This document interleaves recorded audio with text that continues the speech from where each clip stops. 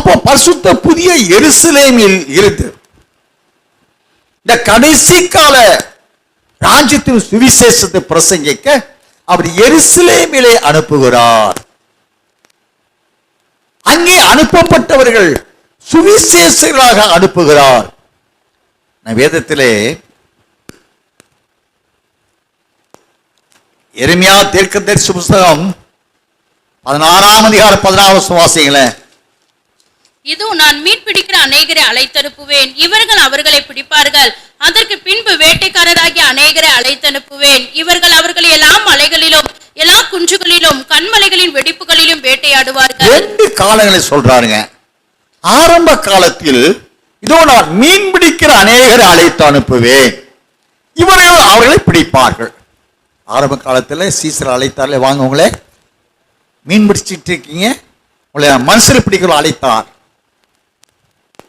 அந்த மகான்களை கொண்டு சுவிசேஷ உலகம் அறிவிக்கப்பட. அதற்கு பின்பு கடைசி காலத்தில் வேட்டைக்காரராகிய அநேகரை அழைத்து அனுப்புவேன், இவர்களே அவர்தான் அனுப்புகிறார், அழைக்கிறார், அனுப்புகிறார்.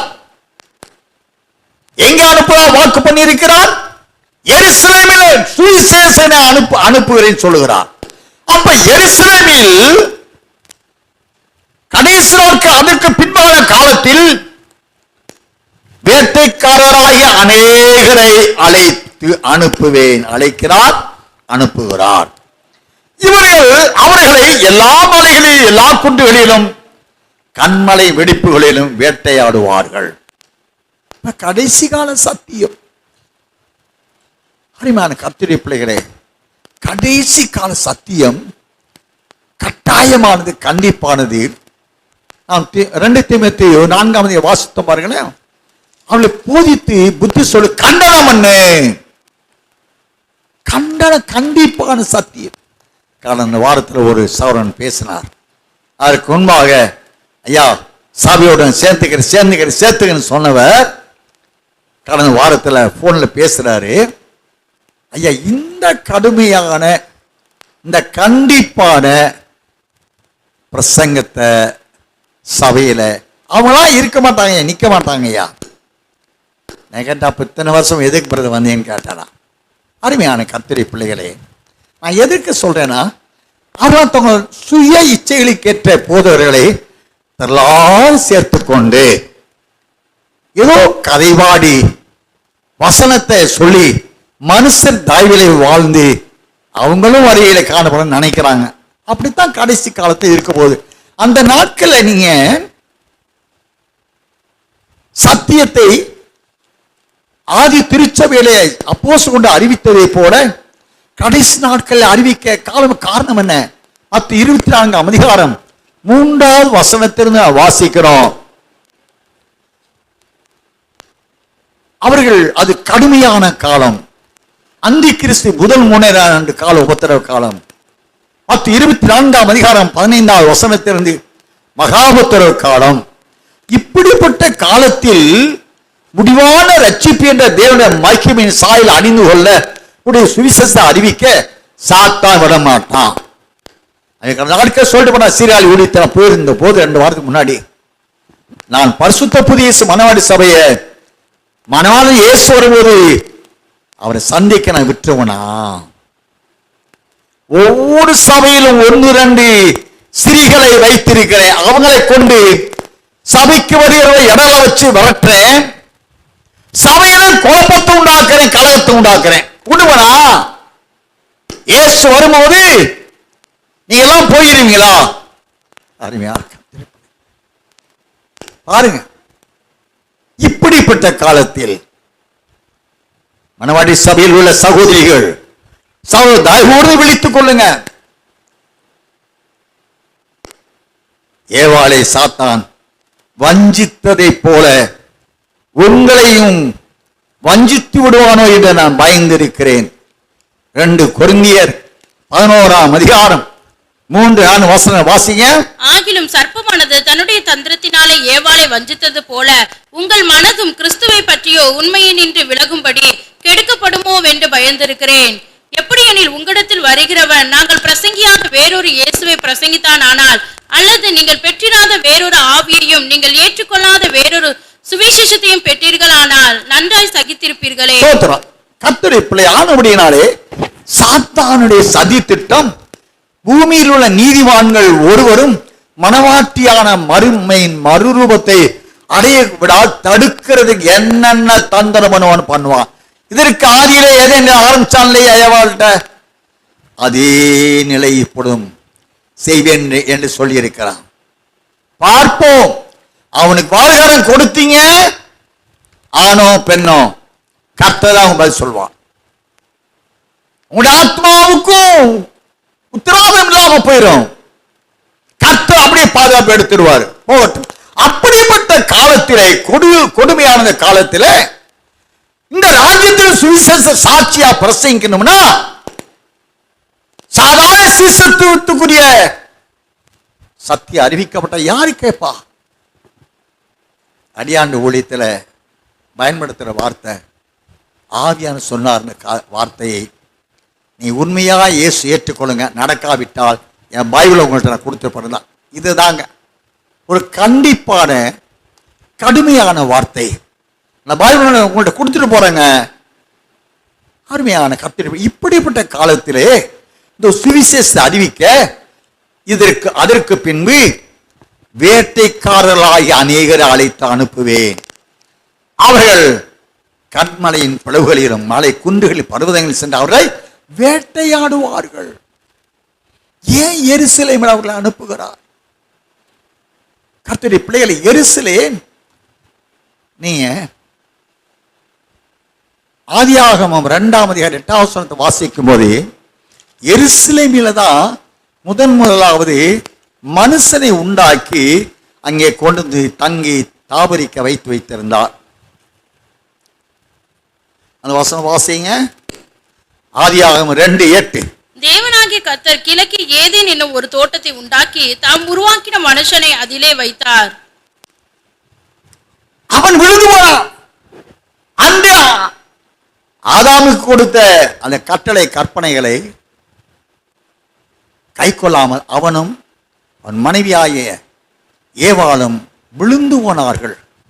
மறுபடியும் அந்த மனுக்குலம் மீட்கப்பட அதே அந்த ஏதேன் தோட்டம் எங்கே கர்த்தரி தோட்டம் என்று வாசிக்கிறோம். அந்த தோட்டம் உலகத்தின் பூமியின் மைய பகுதியிலே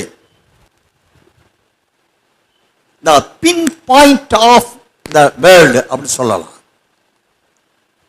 உலகத்தின் மத்தியில் ஒரு ஊசி முனை போன்ற இடம்தான் ஏதேன் தோட்டம். அங்கே கொடுக்கப்பட்ட சுவிசேஷத்தை ஆதாம் ஏவாள் இழக்க வைத்து பாவியாக்கிட்டான், மரணத்துண்டாக்கிட்டான். மறுபடியும் அதே மனுக்குலத்திலிருந்து அதே ஆதாமின் சந்ததிகளை இரண்டாம் ஆதாமின் மூலமாய் ரட்சித்து அவர்களை தன்னுடைய வரிக்கென்று ஆயத்தப்படுத்தி அவர்களோடு தான் உறவாட அவர் விரும்புகிறார். ஆகினாலே எருசலேமில் சுவிசேஷகர்களை பிரசங்கிக்க அனுப்புகிறார் என்றால் அது காரணம் என்ன? நீ எசேக்கியேல் தீர்க்கதரிசி புத்தகம் 5ஆம் அதிகாரம் 5ஆம் வசனத்தை தயவு எடுத்து வாசிங்க. கர்த்தராகிய ஆண்டவர் சொல்லுகிறது என்னவென்றால், இதுவே எருசலேம், புறஜாதிகளின் நடுவிலே நான் அதை வைத்தேன், அதை சுற்றிலும் தேசங்கள் இருக்கிறது. அருமையான கர்த்தருடைய பிள்ளைகளே, 5ஆம் அதிகாரம் 5ஆம் வசனம் கர்த்தராகிய ஆண்டவர் சொல்லுகிறது என்னவென்றால், இதுவே எருசலேம், புறஜாதிகளின் நடுவிலே நான் அதை வைத்தேன், அதை சுற்றிலும் தேசங்கள் இருக்கிறது. எருசலேம் புறஜாதிகளின் நடுவிலே அந்த எருசலேம் வைக்கப்பட்டதாகவும் அதை சுற்றிலும் தேசங்கள் இருப்பதாகவும் நாம் அறிய முடிகிறது.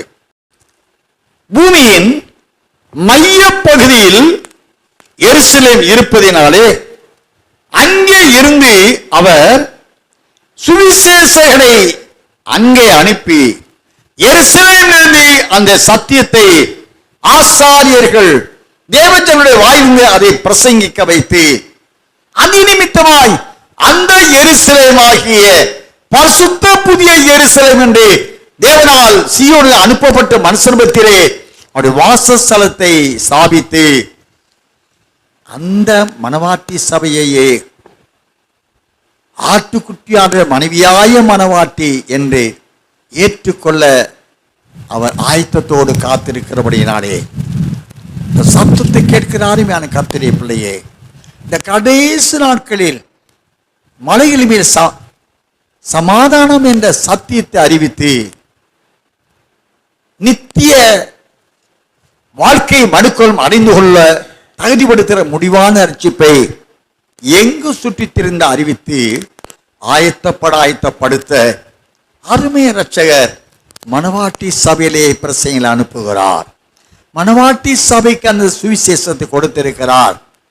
காரணம், அது பூமியின் நடுப்பகுதியிலே ஜாதிகளின் மத்தியிலே அந்த எருசலேம் இருக்கிறபடினாலே, அது தேவனுடைய தோட்டமாக இருக்கிறபடினாலே அங்கே இருந்தால் சத்தியம் புறப்பட வேண்டும். எருசலேம் சுவிசேஷையே அவள் இருந்துதான் அந்த சபையில் அந்த சுவிசேஷம் வெளிப்பட வேண்டும் என்று தேவனுடைய நேமம் இருக்கிறபடியால் இந்த சபத்தை கேட்கிற அருமையான கர்த்தருடைய பிள்ளையே, உன்னாண்டவருடைய வரியை சமயமாய் கொண்டிருக்கிறது. அவர் நம்மை அவருடைய சித்தத்தை, அவருடைய ஊழியத்தை, அவருடைய ராஜ்ய சுவிசேஷத்தை அறிவிக்க அனுப்பப்பட்டவர்களாய் வந்திருக்கிறலாம். ஒவ்வொருவரும் நான் நம்முடைய வேலை நிமித்தமாக ஓடுகிறேன் தவிர உங்களுடைய வேலையில ஒரு நிமிஷம் லேட்டா போக விரும்புவீங்களா? இல்லை, விரும்ப மாட்டேன். ஏன்னா சம்பளம் கிடைக்காது. ஆனா கர்த்தருடைய வேலையை தொடர்ந்து ஆன ஊழியர் ஜிப்பா போட்டு வந்து உட்காந்துக்குவாங்க. போன உடனே காட்டி போட்டு நான் சொந்த வேலை அதான் சொன்னார். ஊழியக்காரன் ஊழியம் செய்யாவிட்டார் நியாய தீர்ப்பு என்று ஒன்று இருக்கிறது என்று அறிவாயா? அதே போல தேவ ஜனங்கள் உங்களை அழைத்திருக்கிறார். தேவனுடைய ஜனமாய் விசுவாசியாய் அனுப்பியிருக்கிறார். உங்களுக்கு கொடுக்கப்பட்ட அழைப்பை நீ காத்துக்கொள்ளாவிட்டால் உங்களை நியாயத்திருக்கிறதான ஒரு நியாயத்திற்கு உண்டு என்பதை தேவஜன் அறிய வேண்டும் என்று தேவன் எதிர்பார்க்கிறார்.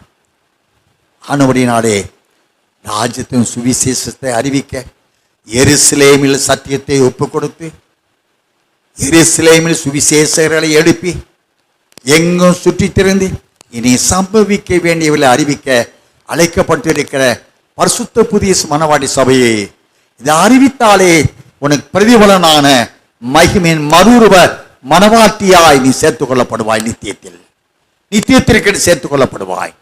இல்லாவிட்டால் அவர் கொடுத்த ஒடித்தை செய்யாத நிலையில் நியாயத்தீர்ப்பு என்று ஒன்று இருக்கிறது என்பதை அறிந்து நாம் அர்ப்பணித்தவர்களாய் தேவ சித்தத்தை செய்து நிறைவேற்றி வாருமானாலா என்று கூவி அழைப்போம். அழைத்து அவரோடு சேர்ந்து கொள்ள கர்த்தர் இறக்கம் செய்வாராக. தேவன் தாமே தமது வார்த்தைகளை ஆசீர்வதிப்பார். ஹல்லேலூயா, ஹல்லேலூயா. ஒருவர் ஜெபிக்கலாம். இந்த வீடியோ உங்களுக்கு பிடிச்சிருந்தா லைக் பண்ணுங்க, உங்க நண்பர்களுக்கும் ஷேர் பண்ணுங்க, அப்படியே நம்ம சேனலுக்கும் சப்ஸ்கிரைப் பண்ணிடுங்க. நன்றி. அடுத்த வீடியோவில் சந்திப்போம்.